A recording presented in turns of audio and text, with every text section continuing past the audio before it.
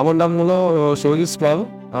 আমার ছেলেকে আমি ডাবুডেলসে যখন ভর্তি করি তখন আমি অনেক আগে থেকেই শুনেছিলাম যে ডাবুডেলস হচ্ছে সবথেকে পুরাতন একটি প্রাইমারি স্কুল, যেটা বাঁকুড়াতে হয়তো আজ 30 থেকে 35 বছরের তাদের ইতিহাস আছে।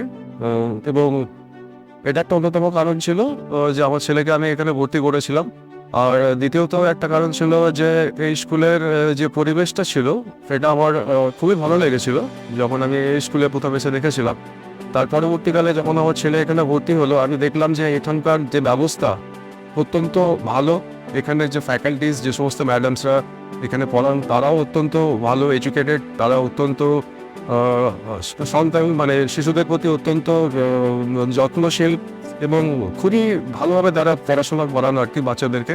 আর এখানকার যিনি প্রিন্সিপাল ম্যাডাম তার তো কোনো তুলনাই হয় না, এবং তার এক অক্লান্ত প্রচেষ্টাতেই আজকে স্কুলটার এইখানে উন্নতি হয়েছে। এবং আমি এখানে অবশ্যই প্রীতি ম্যামের কথা বলতে চাই, কেননা প্রীতি ম্যাম তার সমস্ত রকম ব্যক্তিগত কাজ বাদ দিয়ে যে তিনি এই স্কুলে যে পরিশ্রমটা দেন এবং যেভাবে তিনি এই স্কুলটাকে আগলে রাখেন সেটাও একটা যথেষ্ট প্রশংসার দাবি রাখে।